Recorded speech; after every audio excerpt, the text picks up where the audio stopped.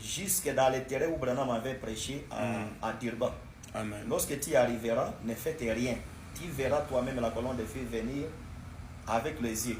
Amen. J'étais allé directement. La colonne de feu, ça n'était pas dans les songes, c'était à 14 heures. Alléluia. Nous étions accompagnés avec des frères et la colonne de feu était à Paris visiblement. C'est-à-dire, le dernier voyage des frères Branham en Afrique du Sud en 1964, c'était pour laisser la colonne de feu. Amen. Branham n'était pas retourné avec la colonne de feu, il avait laissé ça en Afrique du Sud.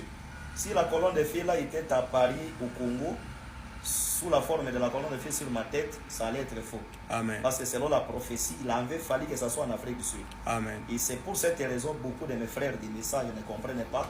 Je ne suis pas en train d'évacuer les choses. Amen. Je suis ici chez vous, vous voyez la colonne de feu apparaître partout.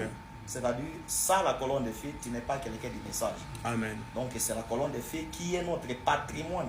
C'est la colonne de feu qui est notre succès. Amen. Et quand je suis allé, pendant que je priais pour un aveugle, vous voyez la colonne de feu, cette lumière, ce n'est pas un Congolais ou quelqu'un d'autre qui avait fait. C'était en Afrique du Sud. Amen. La colonne de feu que vous voyez là.